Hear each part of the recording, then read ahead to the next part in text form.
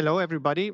Good afternoon, and welcome to this session on offshore wind, which is called Anyway, the Wind Blows, as part of our EU Sustainable Energy Week. Thanks for joining online, and thanks for joining in the room. And very special thanks, of course, to our panelists today. We have with us Beatrice Koda, Corinna Krajewski, Jan Hensman, and we have two further colleagues online who I hope joined us as well, Getlind Alikivi and Anders Christensen. And I will introduce them, of course, more in detail once we go into the panel. I'll give a short introduction from the side of the Commission, then we will have an introduction from the side of SINEA by Beatrice, and then we'll head into the panel discussion with 4 short presentations, and we'll have probably about 15 minutes time for question and answers in the end. So the topic that we're discussing today is offshore wind as part of the EUSEW. As you all know, these times are very, very serious, and I think there's no topic that we can discuss as regards energy policy without making a link to the rather dramatic situation in which we are, which requires answers on many, many fronts. And it's important to stress that offshore wind is one of the answers, also specifically to the current crisis situation that we face. I want to stress this because this is something that has been emphasized very recently in the context of 2 summits which took place just before and at the end of the summer break, both in Denmark, actually, and we have one Danish colleague also today on the panel, and where leaders gathered from the European countries and also our president of the Commission to emphasize that offshore wind is actually part of a strategic answer to the very immediate threats to our energy security. Offshore wind, and in particular, I would stress cooperation on offshore wind, and I think this is the core topic of our discussion today. How can we bring cooperation on offshore wind forward? Because it is, we are convinced from the side of the Commission, the topic where only if we work together, we can tap the full potential. Now, these summits resulted in very impressive commitments from the member states who were gathered of about 100 gigawatts altogether. What we want to look at today is how this ambition can be translated into concrete projects on the ground. And this is why I'm very happy to have 4 colleagues with us from 4 different countries and representing 4 different perspectives on the matter to explain their view on the thing. I will give a short outline of the framework that we have adopted as EUSEW. It's all part of the implementing the offshore strategy, which dates from November 2020. As part of that implementation, we have adopted the new 10E regulation, which entered into force earlier this summer. And one core element, again, here in this context, comes back to the question of cooperation. And that is the obligation on member states to actually agree within the sea basins, within all sea basins in Europe, on common objectives for developing offshore renewables, both in the short term and also in a medium and long term perspective, so for 2030 all the way to 2050. Now, this will basically translate the type of political agreements that we've already seen in some of the sea basins into concrete commitments. They will be of a non-binding nature, but very important for us that they will cover all of Europe.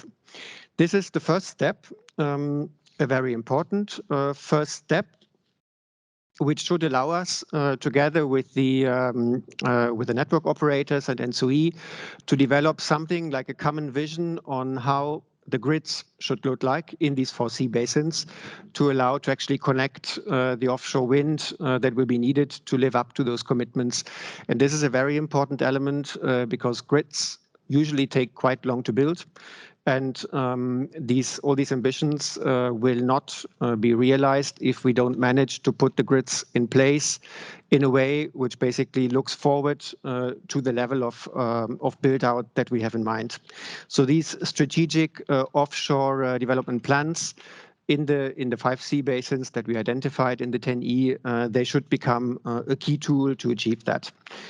I would also mention briefly that we have looked at 2 further elements in the context of the 10-year revision. One is the question on how to share costs and benefits for such cooperation projects, which is quite a difficult issue, but it needs to be addressed.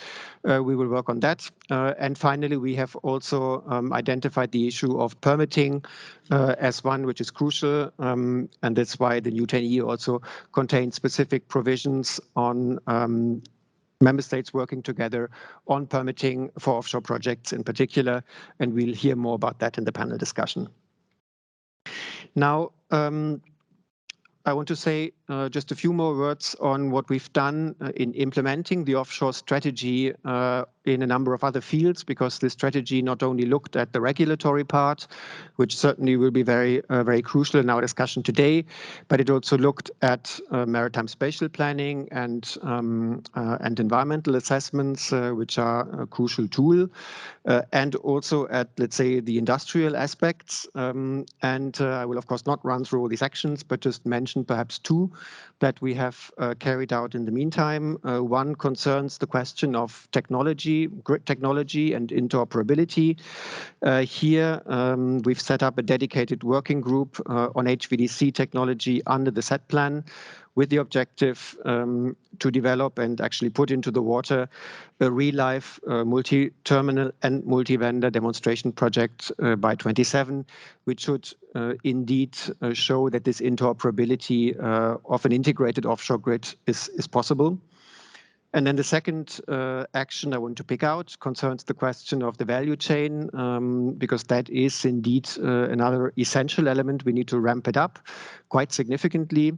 And for that, we've created an offshore working group under the Clean Energy Industrial Forum, where we work with industry to assess where in our supply chain in Europe we have weaknesses or perhaps potential bottlenecks, which could become obstacles on the way to reaching those objectives. Now, lastly, there's the question of finance, and this is something which Beatrice will enlarge on in her next presentation.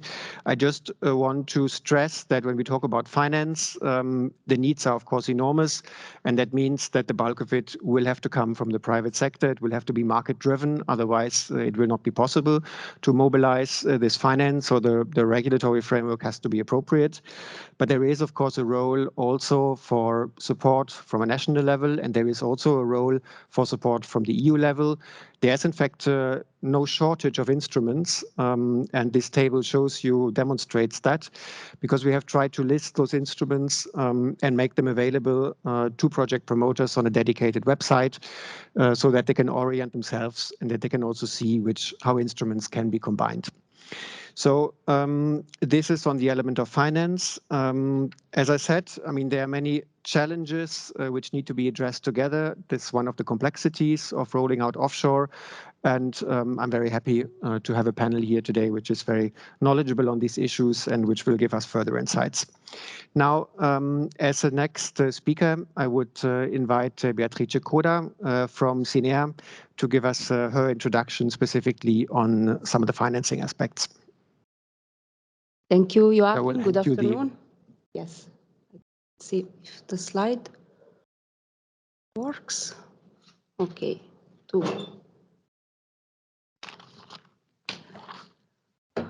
Okay.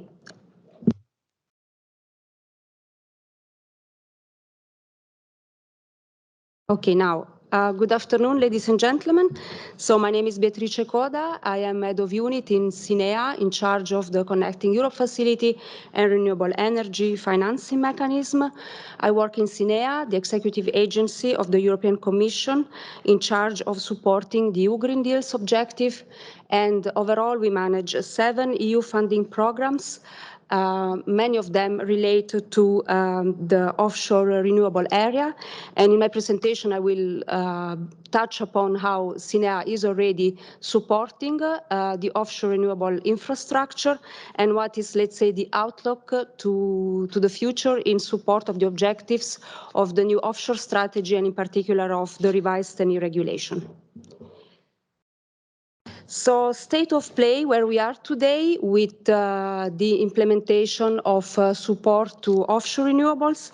So at present, we can say that 5 EU-funded programs managed by SINEA support offshore sector development.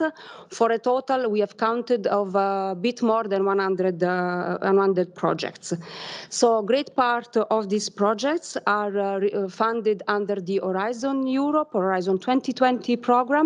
So therefore, we are looking really at technological development and bringing down cost of CapEx and OpEx of offshore wind technologies, in particular generation technologies, but also developing of emerging technologies in offshore wind.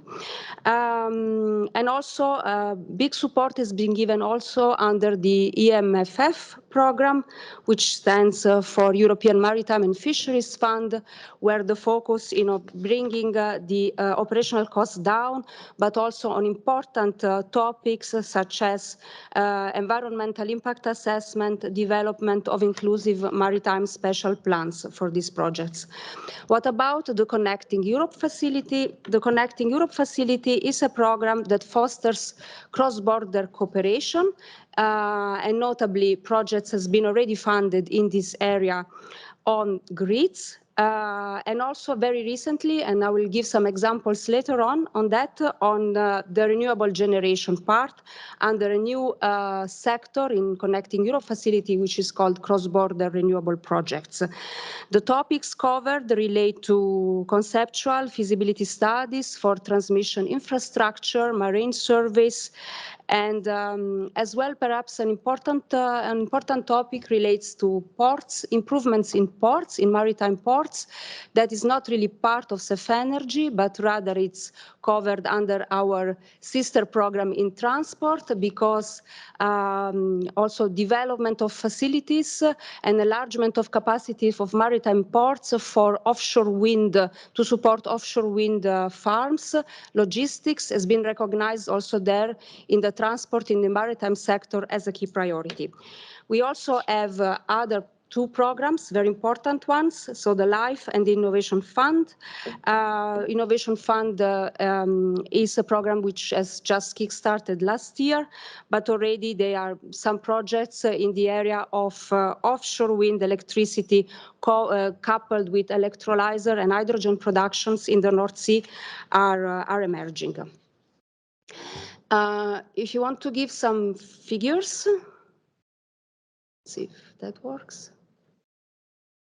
If you want to give some figures of EU budget provided so far in support to the offshore sector development, well, we have counted around a bit more than 640 million euro to 3 main areas, so to say. So a big part, a big share is in the generation part, in the generation sector and generation technologies to improve their design, efficiency, sustainability, and costs, in particular still for bottom fixed wind solutions. But again, emerging technologies is coming more and more. We have also a part related to grid development and deployment under CEF and Horizon Europe, as well as, let's say, horizontal topics such as development of the regulatory base, environmental impact, strategic special maritime planning, which was also mentioned as one key priority area by Joachim. And it's considered that with the new 10-year revision, the development of offshore energy grids, in particular transmission infrastructure and hybrid projects connecting several member states with source of offshore as generation will gain broader recognition as a European added value. Before going to the future outlook, I would still like to give a couple of project examples of what we have recently financed under the Connecting Europe facility in energy. So first project relates to the project of common interest, North Sea Wind Power Hub. It's a study for a project that aims to connect 12 gigawatt of offshore wind parks with the transmission grids in Denmark, Netherlands, and Germany. And that's a study The project is a study phase. It covers the action covers pre-feasibility and pre-FEED studies. And the second one, a bit smaller of scope, but quite important and quite innovative, relates to a pre-feasibility study project for a 2 gigawatt cross-border offshore wind farm to be developed in the Gulf of Riga. So it's an example of cross-border cooperation in the renewable generation sector, and that's a project between Estonia and Latvia. Other 2 project examples relate to one on Horizon 2020. It's examples more of emerging technologies.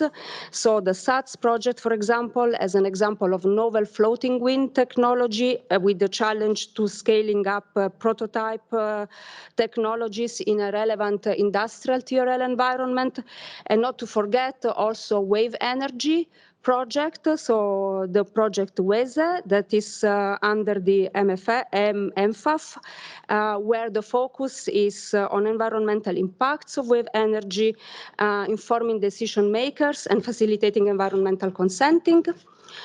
And I come now to my last messages. So what's the future outlook for what concerns EU support from Connecting Europe facility, and also how SINEA, let's say, can help these developments in the achievement of EU targets?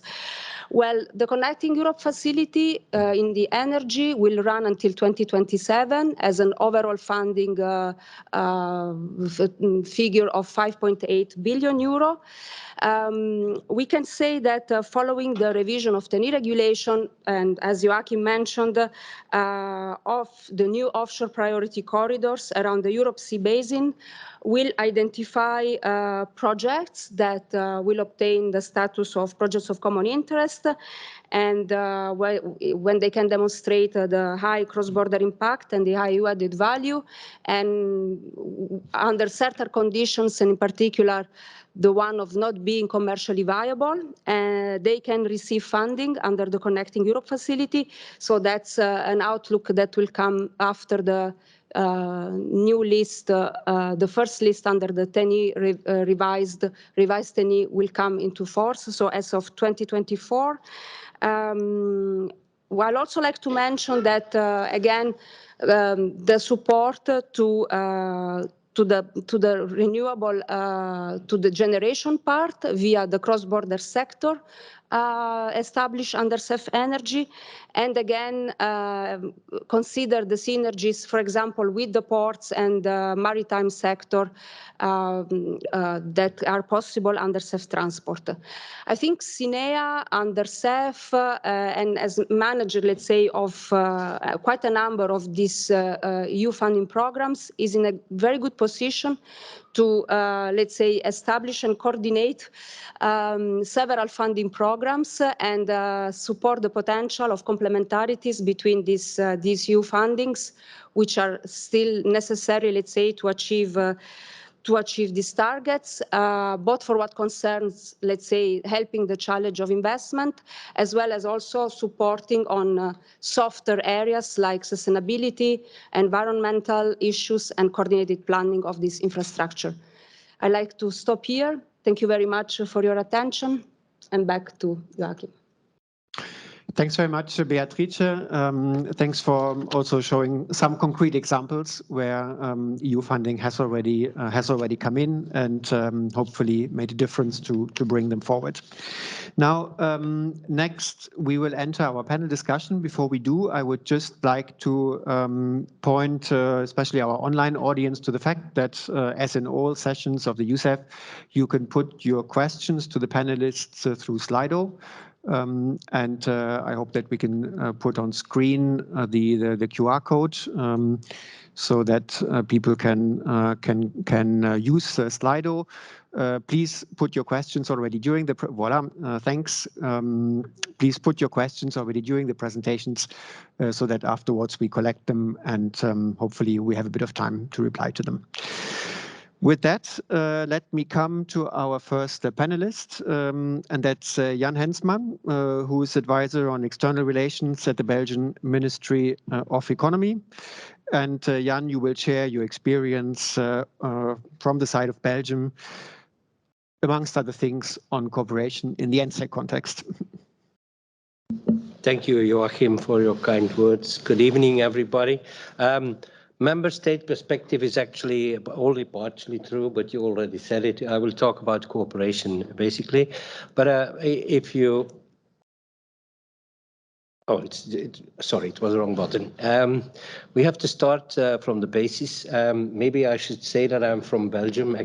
Excuse me, some of you might recognize our flag.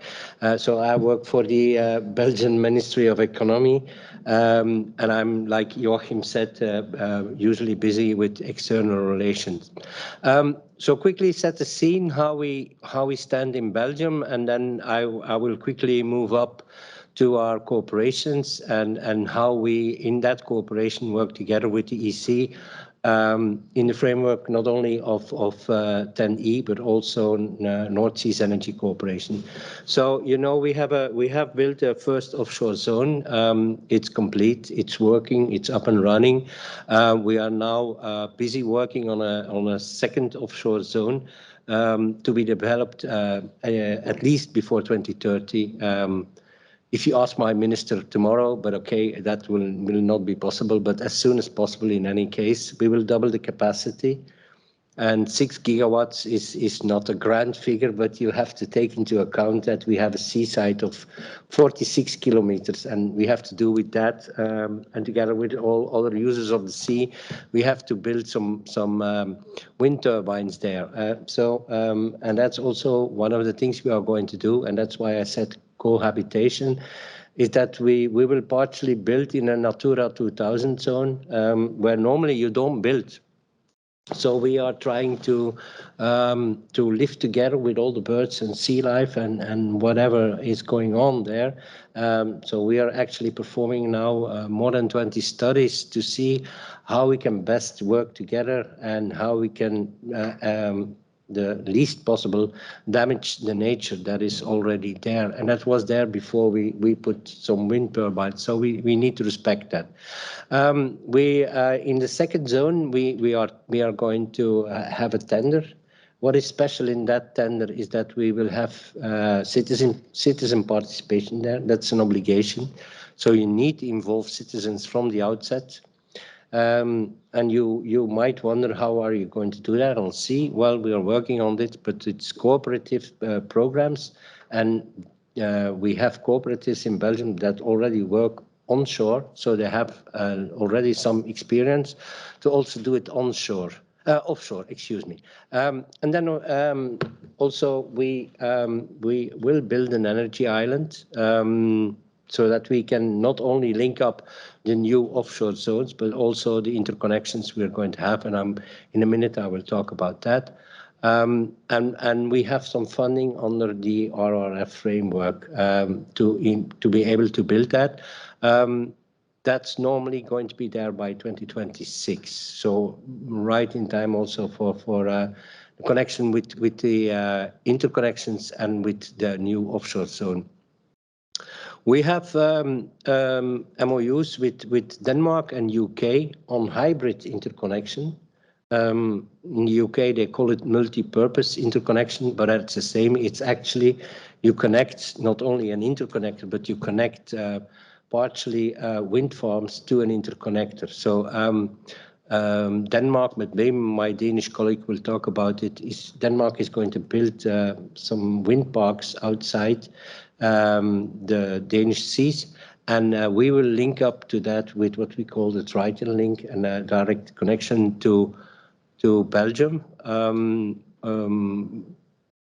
which will in the outset will be 2 gigawatts, and by 2040 the idea is to have 10 gigawatts there.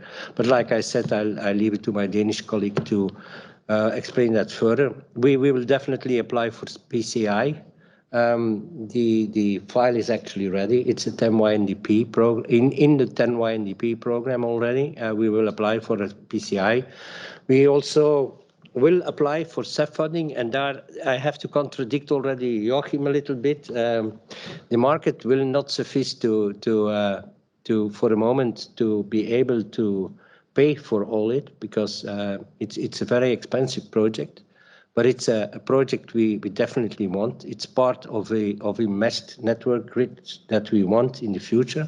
So that's why we also apply for CEF funding. And I'm glad to see some of the figures you just showed, Beatrice, so that we will be able, and we will take care that it's a good file so that we can apply for that. Then the second one is with the UK. It's Nautilus. And that's not a PCI, but a PMI of mutual interest, not of common interest. And there we will work together with the European Commission, but because it's one of the first projects that will be introduced like that, we still have to see if we will apply for CEF funding. Also there will be offshore wind parks in the UK waters, and we will connect up to that. And that's the second connection we have with UK, because we already have a normal interconnector. Further, we cooperate, of course, with Netherlands, Germany, and Norway. And then finally, if I end my Belgian episode, we will try to extend to 8 gigawatts by 2040. We will do that by new technologies, floating solar, wave technology, also more interconnection. That's already to be seen, but in any case, that's the political target. So now I move up, and I'm talking about cooperation, because that's what we're here for, and that's what we, like I said, we need to do, since we are a small country. By the way, the first nuclear power plant was closed last week, so we definitely need some other energy, and preferably a lot of offshore. So on the Esberg Declaration, like Joachim said, it was the 4 countries, Denmark, Germany, Netherlands, and Belgium. We have there agreed on an aggregated target of 65 gigawatts by 2030. And at least 150 gigawatts by 2050. And why am I showing the number? But because that alone is the half of the 300 gigawatts of the EU climate neutrality target. And I'm not saying, and when I will talk about the Dublin statement, I'm not saying that the 300 gigawatt target is not high enough, but I'm just saying that we can do it. That's the reason why I stated there. We had a fortnight ago, 12th September, we had a Dublin statement of the North Seas Energy Cooperation. For those who don't know what the North Seas Energy Cooperation is, it's a voluntary cooperation between Belgium, Denmark, Germany, France, Ireland, Luxembourg, Norway, Netherlands, Sweden, and the European Commission, where we co-presided. So there's a co-presidency between the European Commission, and this year it's the Ireland who has the co-presidency of NSEC. So that's why we have the Dublin statement. Of course, we used to have UK on board. Also on the 12th of September, we came to an agreement on an MOU between NSEC and the UK, so that we in the future will again cooperate together, since they of course have high offshore targets also. So we agreed there also on aggregate targets of at least 260 gigawatts by 2050, with intermediate targets of at least 76 gigawatt by 2030 and 193 gigawatts by 2040. And if you add that up, then it's 85% of the EU-wide ambition. Again, just saying that we need to work on it, and that we need to work on it today, and that in order to get there. So a little bit on the North Seas Energy Cooperation, which is more or less the same as NSOC. And NSOC is the North Sea Offshore Grid. It's one of the regional groups under the 10E, which are the same countries, except of course Norway, because Norway is not an EU member. So we, like I said, we work together with the European Commission in all the working groups, and so we have a mandate And for those who know 10E by heart, all of you do, I guess, know that we have to agree on a non-binding offshore sea basin commitment by 2050, with intermediate steps on the basis of offshore data collection. That's why in the previous slide I gave you those data, because we need them. So we are expected to sign a non-binding agreement by the end of this year, and at the latest by 24th of January 2023. We are very grateful to the Commission that they have already offered us a template yesterday, actually. We had a meeting and they offered us a template, and we now start working on that and filling in all the dots, all the lines, all the data. So we can then sign it by the end of the year. That's what we want to do. We want to sign it by the end of the year. And then if you add up to that the maritime spatial planning information, they will form the basis for the offshore network development plans. And so is mandated to deliver those 1 year after, so in 2024. And so he is part of also of the North Sea Energy Cooperation. We are like regulators are always invited also. So we regularly talk together on this, and so they are very glad that we already have some data.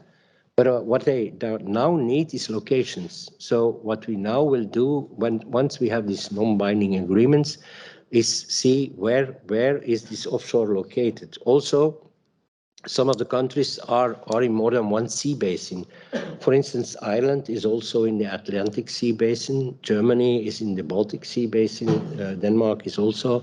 So you have to split the targets and the numbers, and you need locational signals and to know where you're going to build. For Belgium, like I said, it's not an issue.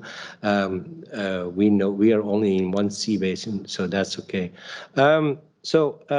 We are very glad that we are part of this and that we can work together with the European Commission on that. Thank you.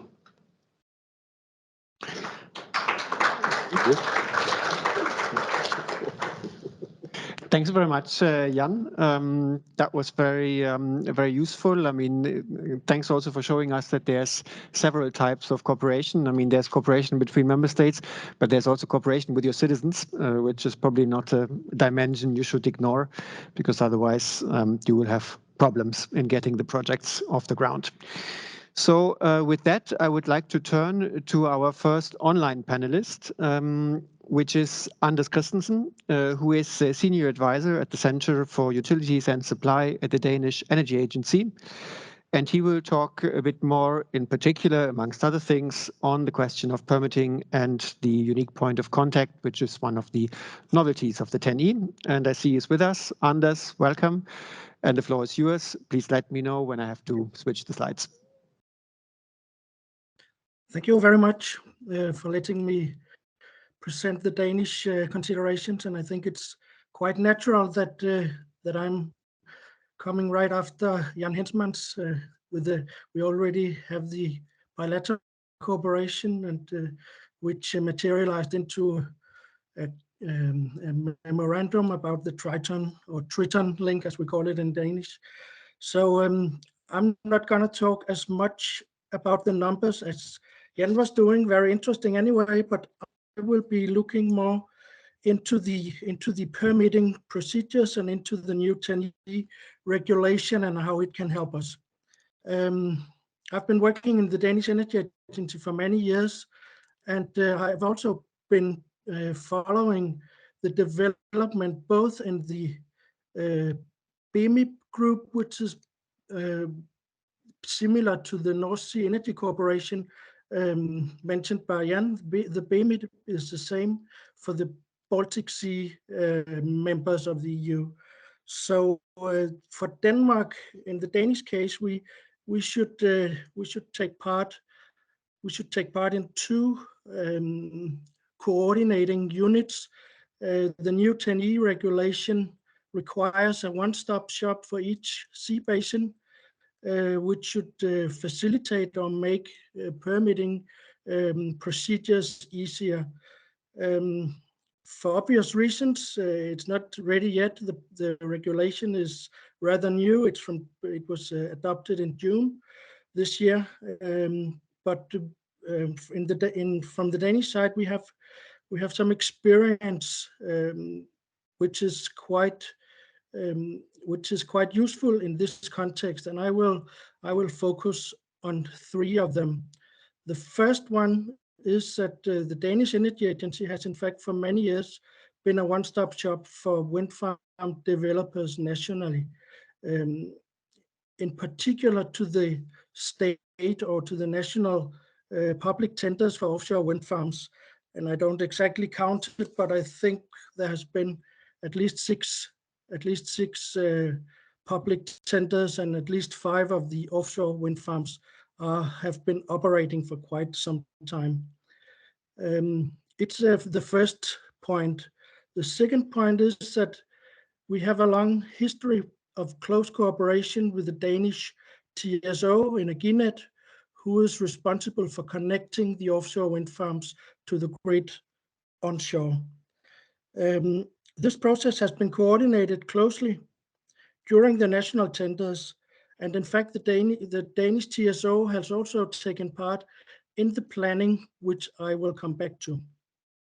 Finally, or thirdly, as already mentioned, we have been part of the 2 regional groups covering Denmark, both the ENSEC and the BEMIC in the Baltic Sea. So I think the starting point for these cross-country coordinating one-stop shops or unique contact points or whatever they're called, we have a good starting point from the Danish side. Next slide, please. So this is quite a funny picture. It's from the Danish offshore plan showing the Danish exclusive economic zone. And as you see, most of the area has been allocated to something. You can see the blue shipping lines or shipping routes. You can see the green areas which are protected for nature protected, and you can see the orange areas which are in use in one way or another. For example, to oil and gas exploration, and also to the existing offshore wind farms. Out to the left in the North Sea, you have some big gray areas. It's reserved for offshore wind, and as Jan already mentioned, the Danish government has very big plans. They have decided to build an artificial energy island in the North Sea with initially 3 gigawatts being connected, and a connection to Belgium, which is agreed in the first stage, and connection to shore in Denmark, and later on probably also to other countries. It should be constructed in a way so another 7 gigawatt, meaning total 10 gigawatt, could be connected in total. Then the Danish government has also decided to establish an energy island in the Baltic Sea. It's not artificial. The island is already there. It's Bornholm. It will act, or it will serve as the energy island in the Baltic Sea, and negotiations with Germany for an interconnector to Bornholm has been going on for quite some time. I'm not quite sure it's finally signed, but it's close, and then it will also be connected to shore to the east of Denmark. So planning is in fact key, and we should remember this when we start the coordination and cooperation in the regional groups. Next slide, please.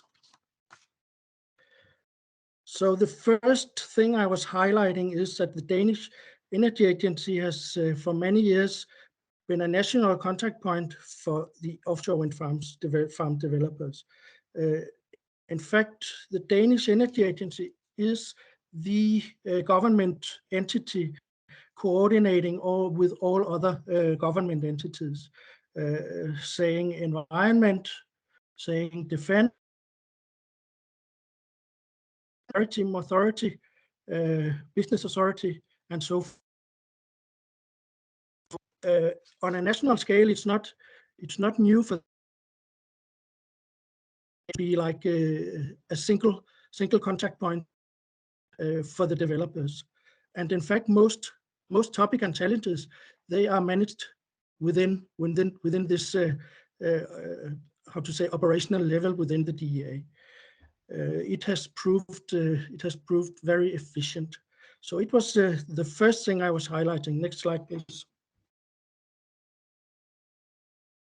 The second slide is not really.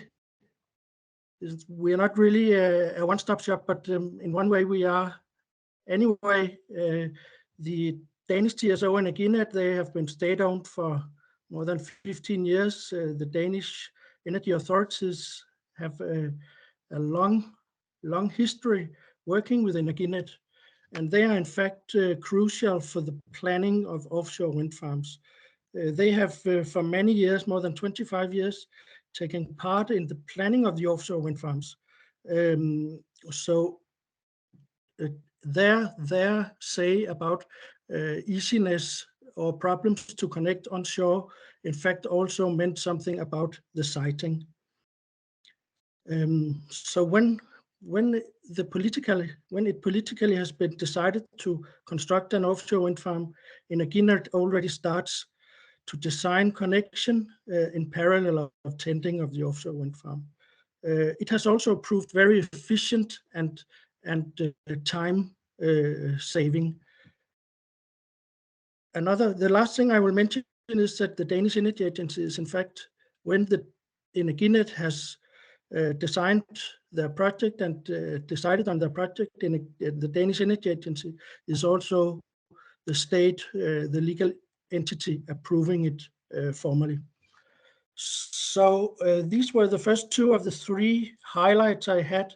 The third, it was about the cooperation in the regional groups, and I don't have a special slide on that because this is in fact where we are now. Now we have to cooperate in these regional groups to find out and to define how to make regional unique points of contact. We have this experience and background, and we would very much like to hear what the developers require or what they wish that this one-stop shop should be able to cope with and solve of any problems. So that's all from me. Thanks very much. Thanks very much, Anders, for your presentation. You already led over, I think, to the next two contributions that we have, because it's indeed time now to call the industry, let's say, the actors which are supposed to do the investments into the discussion. And we have two more presentations. And without any further ado, I will hand over the floor now to Getlin Alikivi, who I hope has joined us as well. Yeah, I see her. She's Offshore Grid Program Director and Head of Offshore Grid Unit at Elering, the Estonian TSO. So, Getlin, the floor is yours. Hello and good afternoon from my side also. Could we have the first slide, please?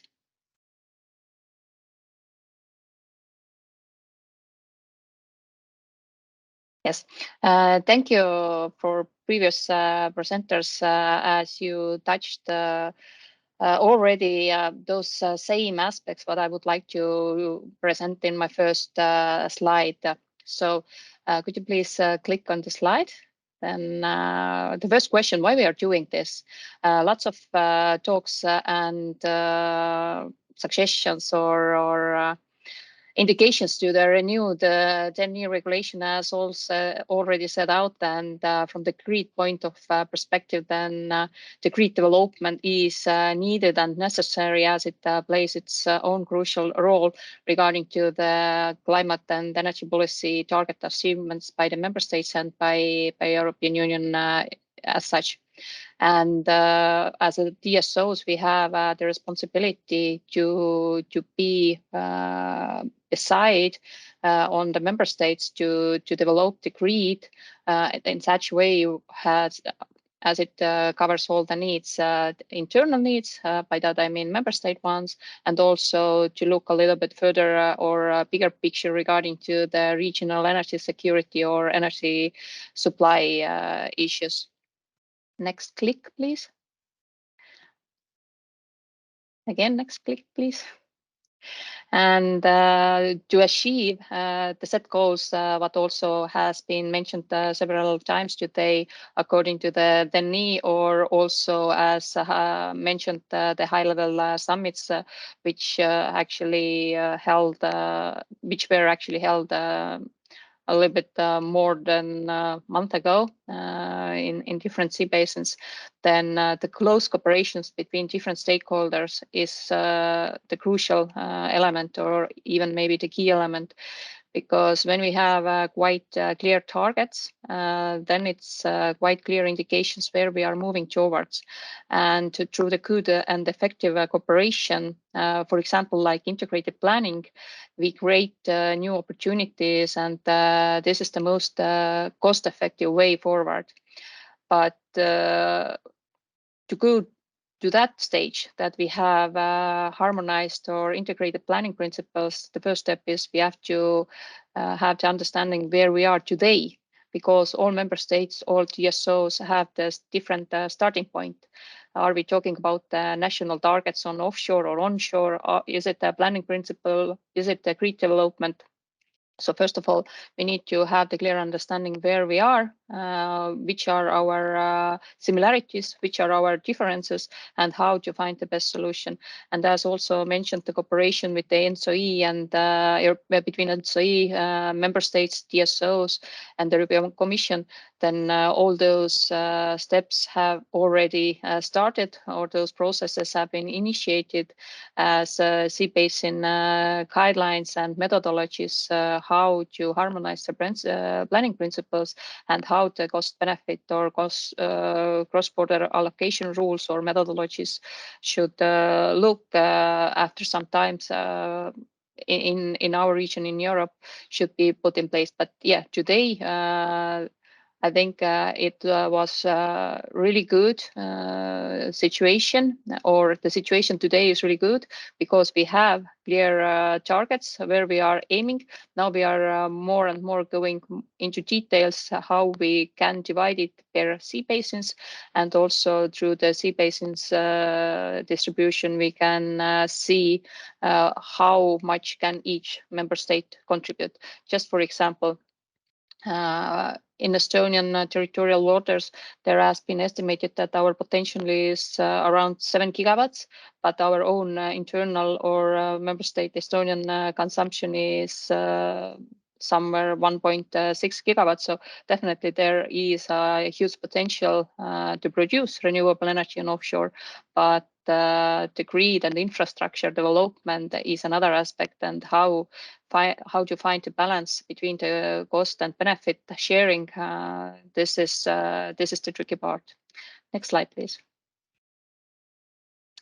Yeah, and this is just illustrative picture from this year, January, why we need additional interconnections.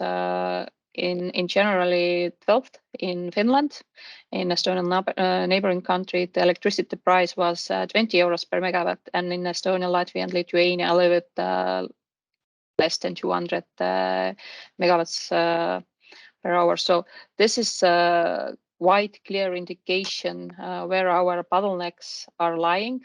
And we have to take into account also the targets what we have set out for 2030, 2040, and 2050, where we are aiming.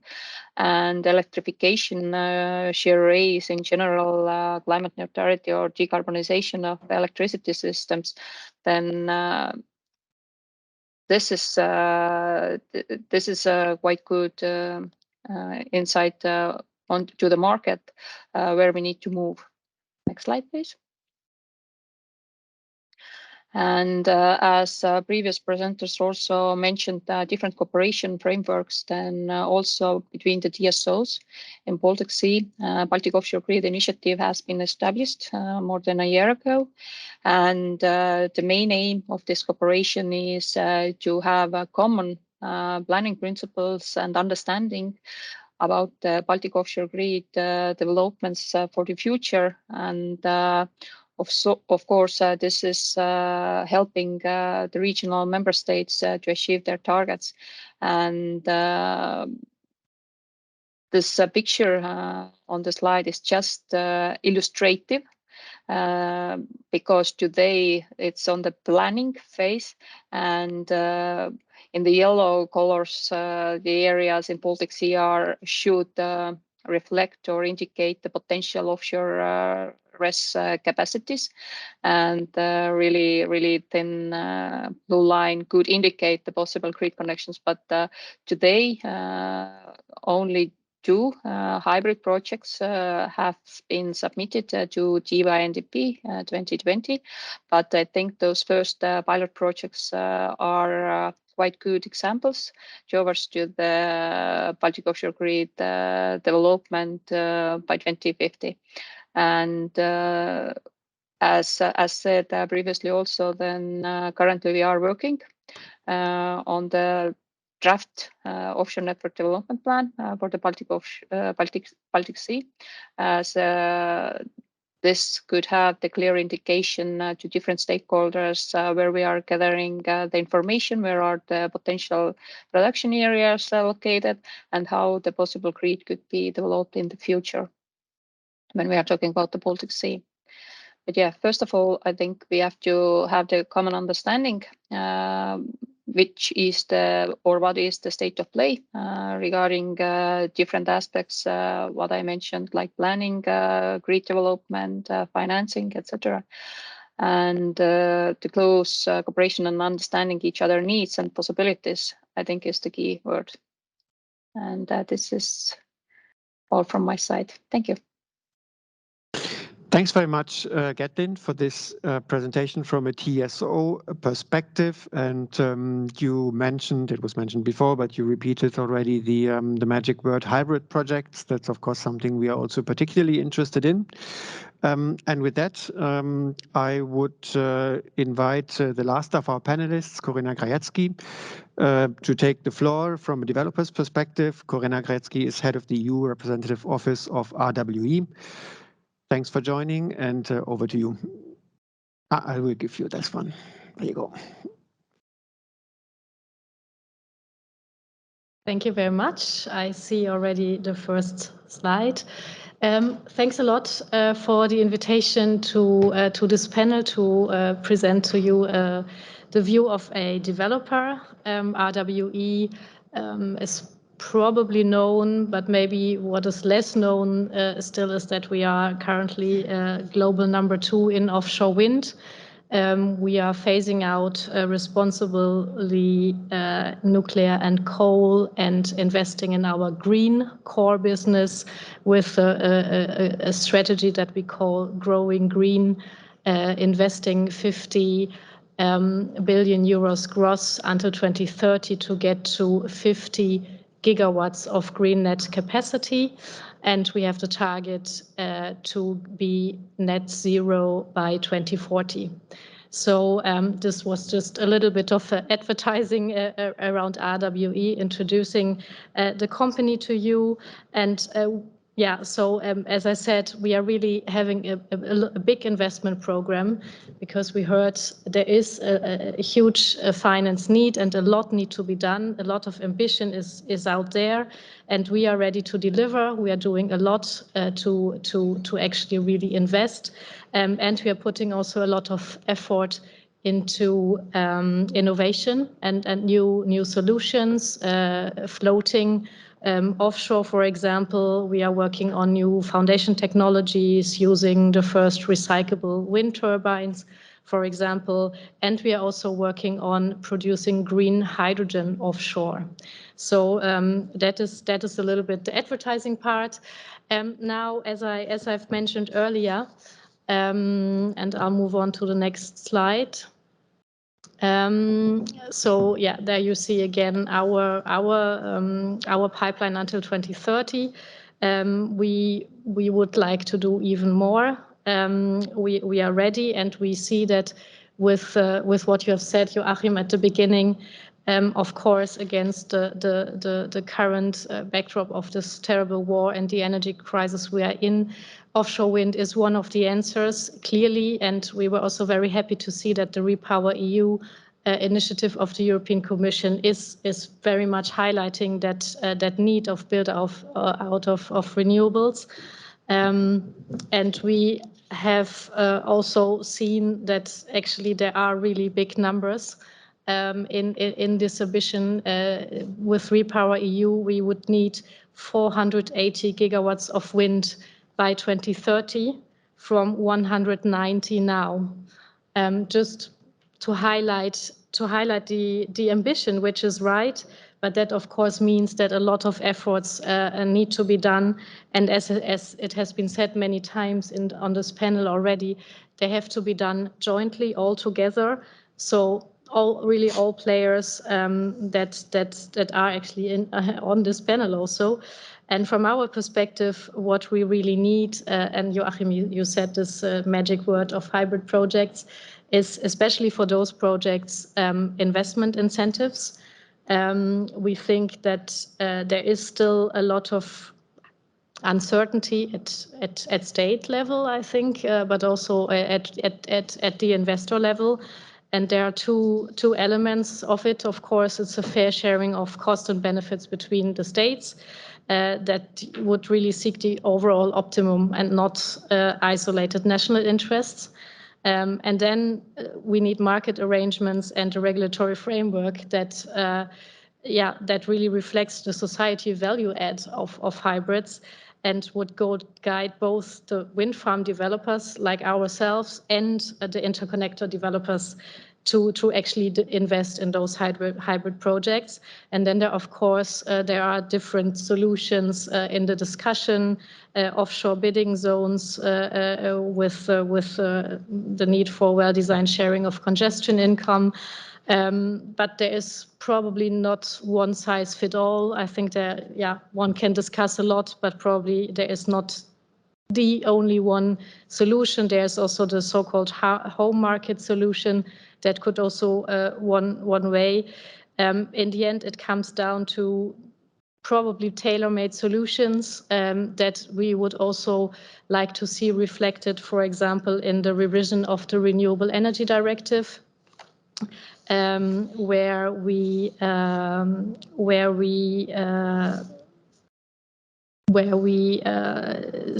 were very happy to see that actually with the Repower EU plan, the European Commission has actually proposed to address the permitting issue. So I think we can also still work on more on the definition of offshore hybrids in this directive and on the permitting issues that are already on the way. And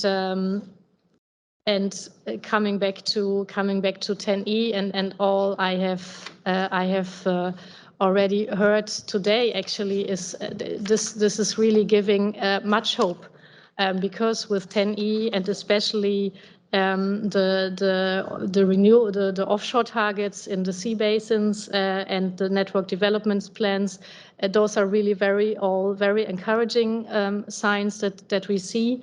And we think that with on that basis, 10E, a revised renewable energy directive addressing permitting, that is still one of the biggest issues.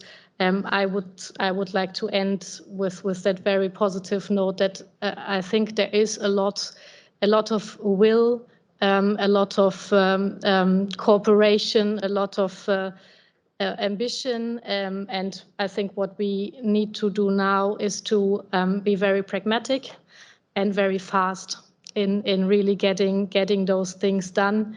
That is not easy, but speed and pragmatism, I think, are the key words that from a developer perspective I would highlight here, because we are ready, we are very determined to do those investments, and as soon as we have the elements I've mentioned, in place, we can move on. Thanks a lot. Thanks very much, Corinna, for adding the developer's perspective, which I think gives us a good overview. Now, we are already a little bit over time, but unless the organizers cut us off, I would just go on perhaps just for a few more minutes. First of all, to invite the audience, which is here present in the room, to come forward with questions if you have any.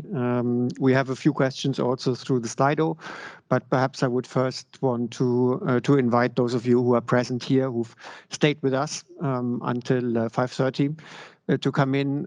If you have any questions, please raise your hand. Please, if you could just introduce yourself and say to whom you ask the question in particular. Thanks for breaking the ice.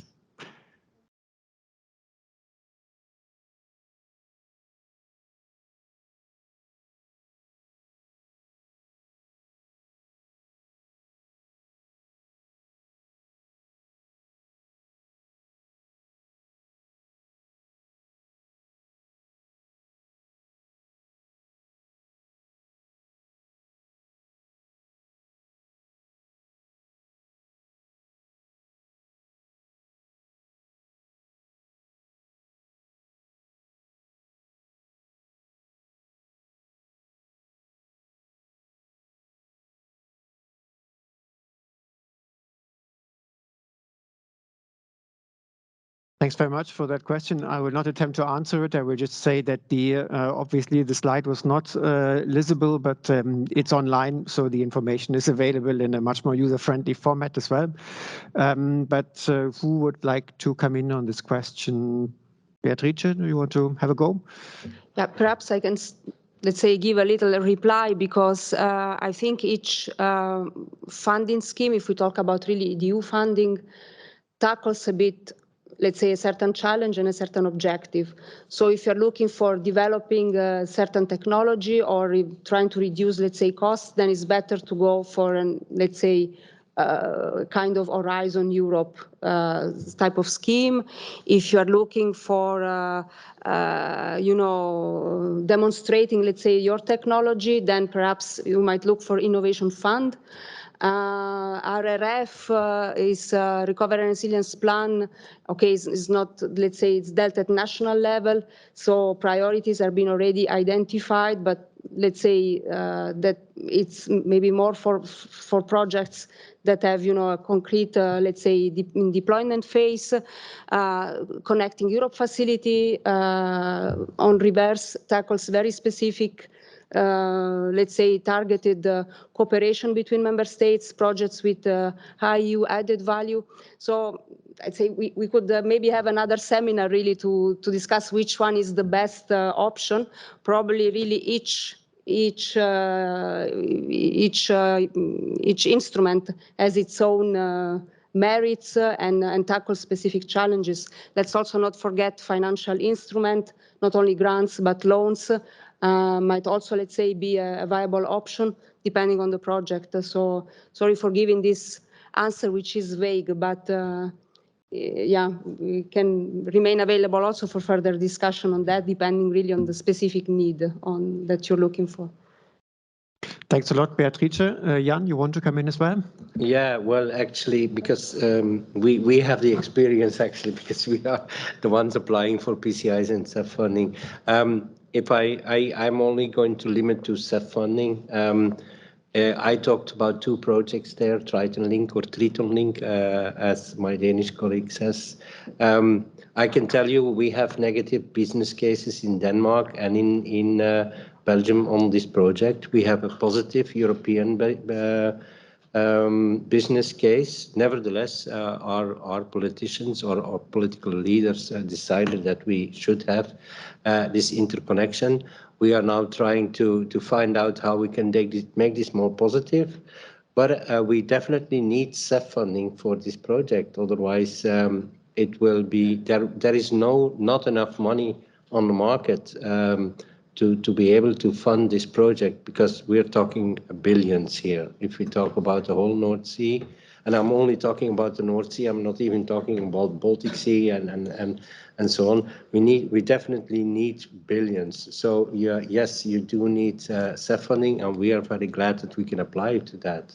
So, and as for I can only mention we have now in our tendering process, we have involvement of the European Investment Bank, and they are very helpful in that also. And they have now more and more specialists that know what they are talking about and how they can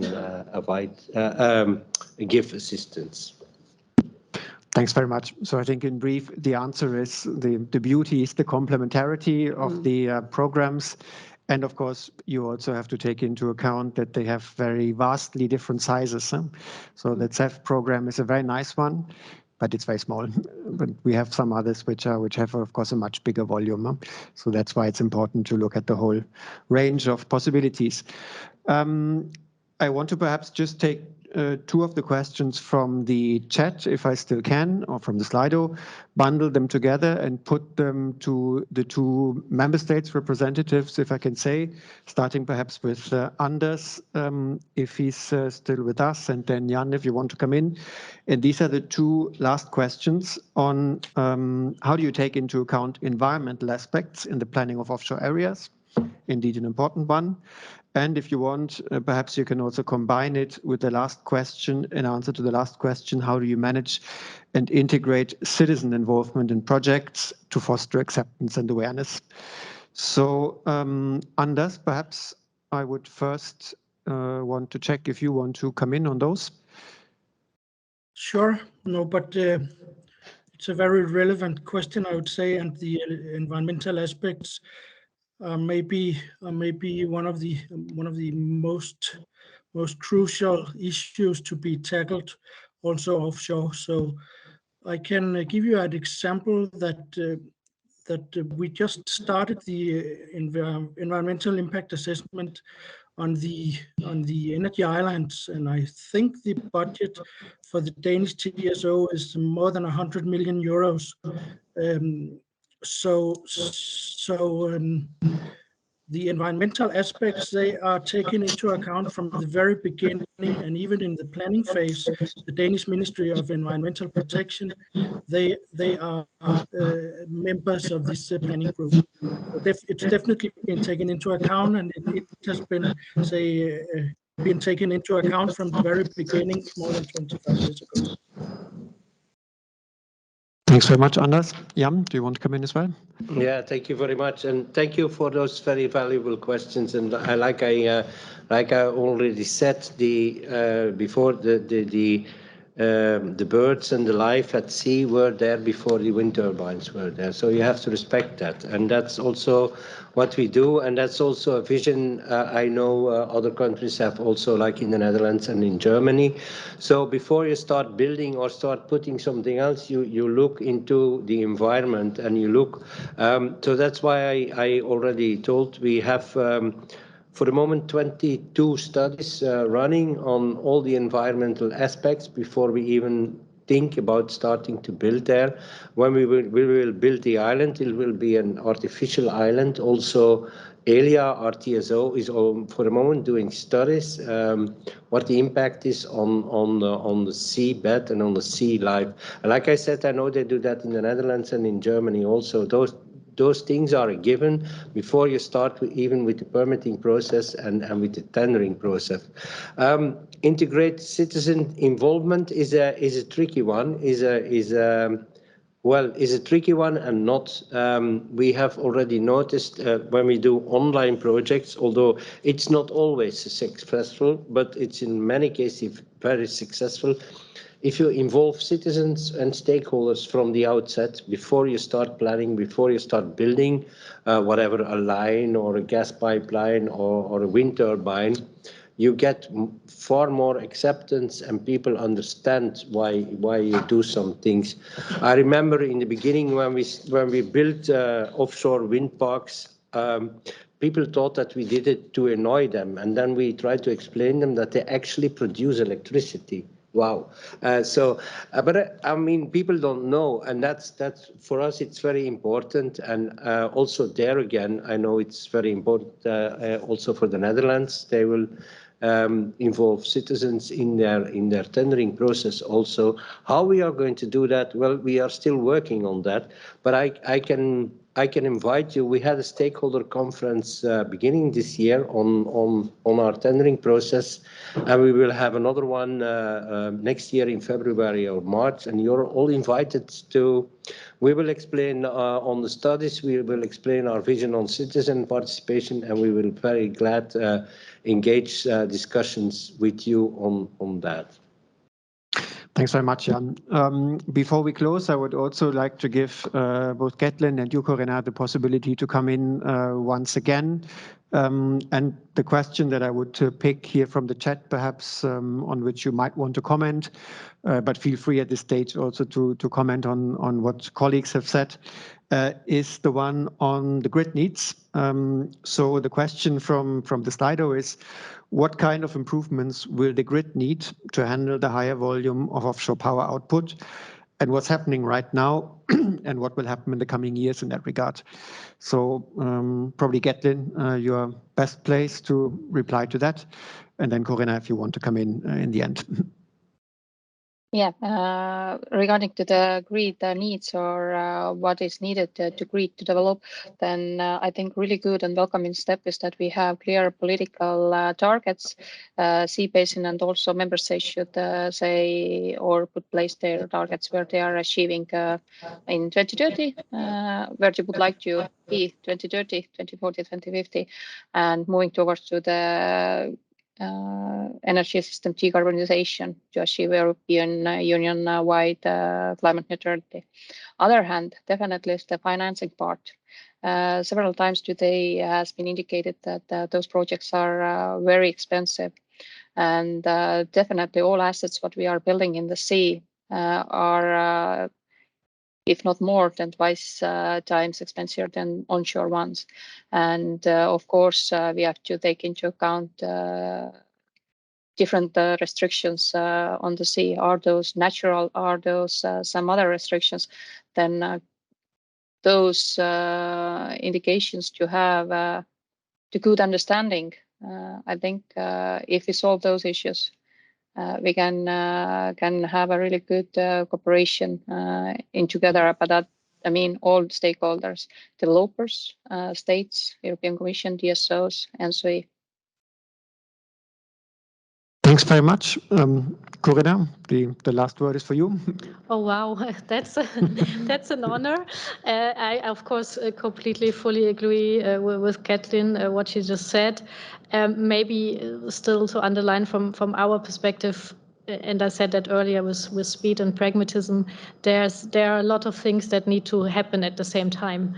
It's the sufficient site availability. It's the permitting that needs to be further sped up. The grid, we spoke about it, but also, for example, and an area of concern for us is the renewable manufacturing in Europe. That's of course a big concern. The supply chain issues, that is also something that needs to be tackled at the same time. Then, as I said earlier, reliable investment frameworks for the private sector. We also like to think often, as I said at the very beginning, also about green hydrogen in this context. Because that is the vehicle, of course, we need for the hard-to-electrify sectors. There we can also do a lot with offshore wind. So a lot of things at the same time, and we need a global, very integrated view. And again, and that is maybe a good way to end also this panel. Again, we need to do that all together.